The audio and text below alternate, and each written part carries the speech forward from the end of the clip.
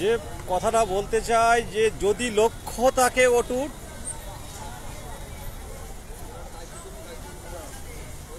যদি লক্ষ্য থাকে অটুট, একদিন দেখবেন দেখা হবে ঠিক বিজয়ে। আজকের যে কি পরিমাণ গ্রীষ্মের দাবদাহ হয়ে মানুষ বেরোতে পারছে না রাস্তাঘাটে, সেখানে 2022 প্রাথমিক টেট উত্তীর্ণ 6টা বছরের বঞ্চনার শিকার তারা। কখনো কোচবিহার, কখনো তমলুক, কখনো মালদা, কখনো বোলপুর, কখনো হাওড়া। 2022 প্রাথমিক টেট উত্তীর্ণরা কিন্তু শাসক দল এবং বিরোধীদের কাছে যাচ্ছে তাদের ন্যায্য দাবি আদায়ের জন্য।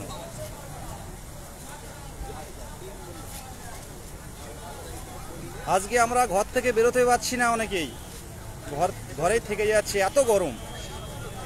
সেখানে 2022 প্রাথমিক টেট উত্তীর্ণ তারা ঘরে বসে নেই। আজকে বোলপুরের গীতাঞ্জলি অডিটোরিয়ামে আমাদের শিক্ষামন্ত্রী ছিলেন।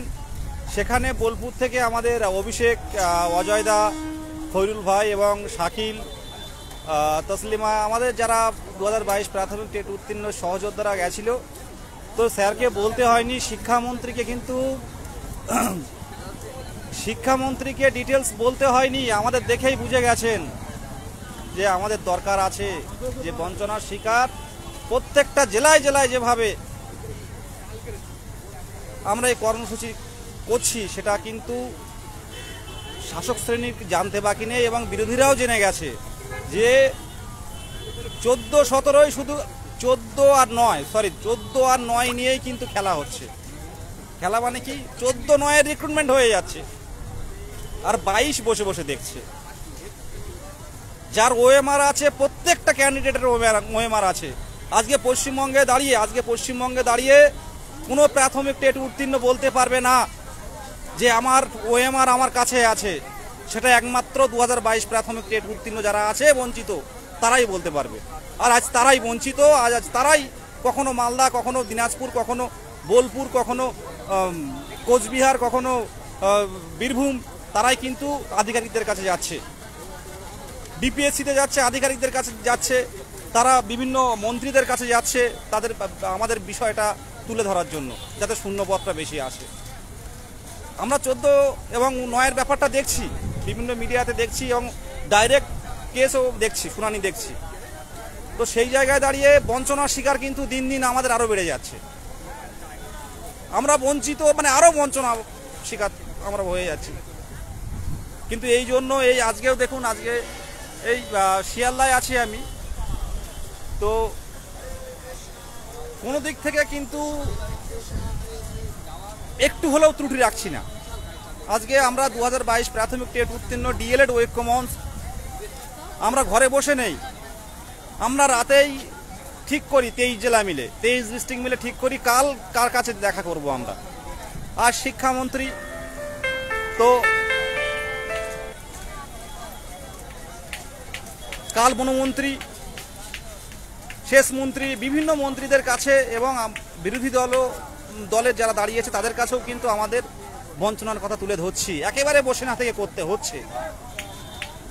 আর বিভিন্ন জেলার থেকে যেসব সত্যি খুব অনেকেই এই বিভিন্ন নিউজ দেখে অনেকেই সত্যি খুব ভেঙে পড়ছেন, তাদের উদ্দেশ্যেই বলবো যে ভেঙে পড়বেন না। আমরা কিন্তু ঘরে বসে নেই। 2022 প্রাথমিক টেট উত্তীর্ণ 23 জেলা, 23 ডিস্ট্রিক্ট যারা লিড করে, যারা নেতৃত্ব দেয়, তারা কিন্তু প্রতিনিয়ত কিন্তু আইনি পরামর্শ নিচ্ছে এবং খুব তাড়াতাড়ি সে বিষয়ে চূড়ান্ত পদক্ষেপ কিন্তু আমরা নেব। আমরা কিন্তু বসে নেই, তবে গ্রাউন্ড না পেলে তো কোনো আইনি পদক্ষেপ নেওয়া যায় না। হঠাৎ করে একটা কেস করে দিলাম, সেটা তো সম্ভব না। 2014-2009-এর যে নিউজগুলো আমরা দেখছি, এ বিষয়ে কিন্তু আমাদের বিভিন্ন বিভিন্ন লয়ারের সুচিন্তিত মতামত কিন্তু আমরা নিচ্ছি। তো অপেক্ষা করুন, আইনি বিষয় আমি সোশ্যাল মিডিয়াতে বলবো না। 2022 প্রাথমিক টেট উত্তীর্ণরা যারা আছেন অপেক্ষা করুন, আমাদেরও কিন্তু বসে নেই, সত্যি কথা বলতে মারাত্মক চিন্তা। তার মধ্যে 20-22 সবচেয়ে কাটা আমাদের 20-22, সে 22-এর কপালটাই খারাপ সত্যি কথা বলতে। 22-এর কপালটাই খারাপ। কেন বলছি 22-এর কপালটা কেন খারাপ? আজকে এনসিটির গাইডলাইন মেনে সমস্ত টেট হয়েছে, মানে এইরকম টেট পশ্চিমবঙ্গ কেন, ভারতবর্ষের ইতিহাসে এই টেট প্রথম। তো আমাদের কপালটা কেন খারাপ বলছি? 2017 প্রশ্নভুল মামলা আমাদের গায়ের উপরে এসে পড়ছে, যারা পাশ করবে আমাদের গায়ের উপরে এসে পড়বে।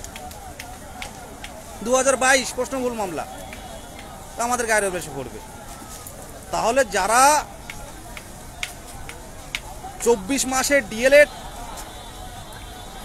এলিমেন্টারি এডুকেশন প্রশিক্ষণ নিয়ে ইন্টার্নশিপ করে তারপর টেট মানে টেট কোয়ালিফাই হলো, তারা শুধু বসে বসে দেখছে 17-এর প্রশ্ন ভুল, 22-এর প্রশ্ন ভুল, সামনে ম্যাট আসছে, ম্যাটের প্রশ্ন ভুল। এরা ম্যাট অনেক তৈরি হবে যা ভাবতে পারছি, সবার নাম্বার দেবে। তাহলে একটা কেউ বলার লোক হচ্ছে না যে 2017 সালের পর 22-এর পরীক্ষা হয়েছিল, 22-এর টেট হয়েছিল, তাদের নিয়ে কি ভাবছে এটা কিন্তু বলার কেউ নেই। আমার তো মনে হয় 2014 থেকে, মানে 2014-য় যারা টেট কোয়ালিফাই করেছিল, দাদা ভাই কাকা মিলে এক জায়গায় বসে বসে, দাদা ভাই কাকা, আবারও বলছি আমারও বিরোধী কথা প্রচুর আসে, কিন্তু সেটা শুনে শুনে অভ্যাস হয়ে গেছে। 2014 টেট ব্যাংক থেকে ফর্ম দিয়েছিল, ব্যাংকে অফলাইনে ফর্ম দিয়েছিল, বাবা কাকা মামা মাসি সব এক জায়গায় বসেছিল, আর সবাই চাকরি পেয়েছে। আর যারা 2-1 জন বাকি আছে তাদের দেয়া হচ্ছে এখন।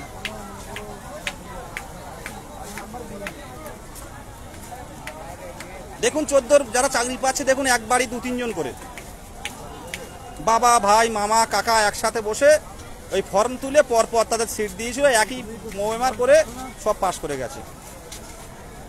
আর 2009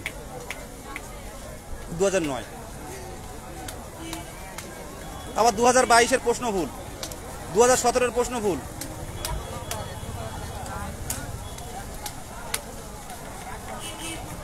তাহলে আমরা কোথায় যাব? কোথায় যাব? আমাদের কি মানে আমরা কি আর আমাদের অস্তিত্ব টিকিয়ে রাখতে পারবো? তো সে বিষয়ে এর আগের দিনেও গেছিলাম, আজও বিভিন্ন জায়গায় কথা বলছি।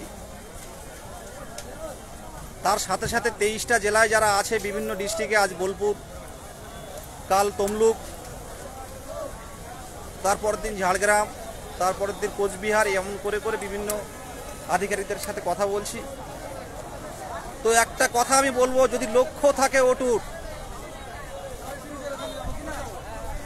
জয় আজ করবই, দেখা হবে বিজয়ের পথে। এই কঠিন সময়ে আপনারা পাশে থাকুন, সংঘবদ্ধ থাকুন। 23টা জেলা যেভাবে আছেন সংঘবদ্ধতা বজায় রাখুন। আজকে 24 মাসের ডিএলএড যারা করেছে, যারা টেট কোয়ালিফাই করেছে ইউনিভার্সিটির গাইডলাইন মেনে, তাদের চাকরি কিন্তু দিতে হবে। নিউমেরিক পোস্ট কোথায় থেকে কোথায় ক্রিয়েট হচ্ছে সেটা বুঝবো না। যারা ন্যায্য এবং যোগ্য তাদেরকে বঞ্চিত করা চলবে না। বিহারে টেট কোয়ালিফাই মানেই চাকরি, প্রাথমিক টেট কোয়ালিফাই মানে চাকরি। আপনারা এও জানেন যে বিহারে এত ভ্যাকান্সি দিচ্ছে যেখানে বাঙালিরা গিয়ে চাকরি করছে,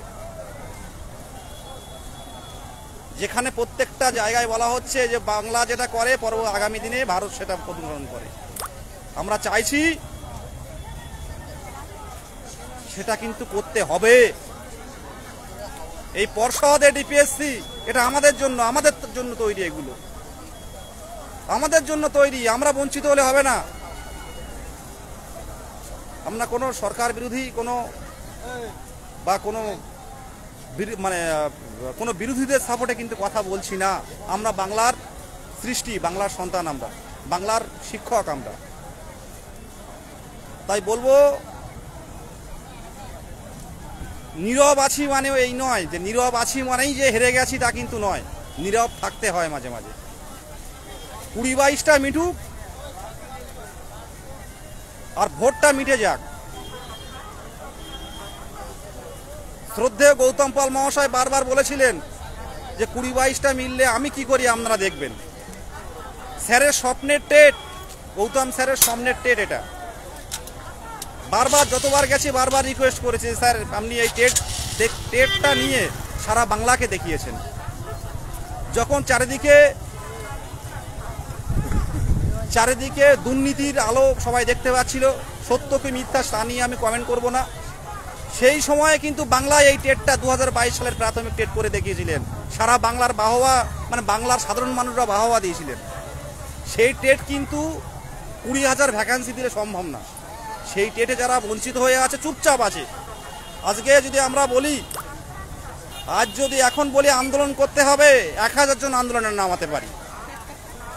কিন্তু স্যারেরা বলেছিলেন যে আন্দোলন করে সব শুধু আন্দোলন করলে হবে না। পর্ষদ সভাপতি নিজেই বলেছিলেন যে একটু অপেক্ষা করো, আমার উপর ভরসা রাখুন, আমি অভিভাবক না আপনাদের অভিভাবক আমি, আমার উপর ভরসা রাখুন। 20-22 মিটে গেলে আপনাদের ব্যবস্থা করা হবে। টেট কোয়ালিফাইড কেউ বসে থাকবে না। সেই কারণেই কিন্তু আজও বসে আছে চুপচাপ। 1 মাস দেরি হোক, আমি আবারও বলছি যে 15 দিন দেরি হোক, কিন্তু এমন ভ্যাকান্সি চাই যাতে সবাই বেরিয়ে যায়, শেষ হাসিটা আমরা আসতে পারি। আমার কথা একটাই কথা, আমরা অবরুদ্ধ করে দিতে পারি, এই সময়ে অবরুদ্ধ করে দিতে পারি, আমাদের হারানোর আর কিছু নেই। তবু শিক্ষক, আমরা হবু শিক্ষক, ভাবি শিক্ষক, আমাদের ব্যবহার, আমাদের কথা এগুলো অনেকে অনুসরণ করবে।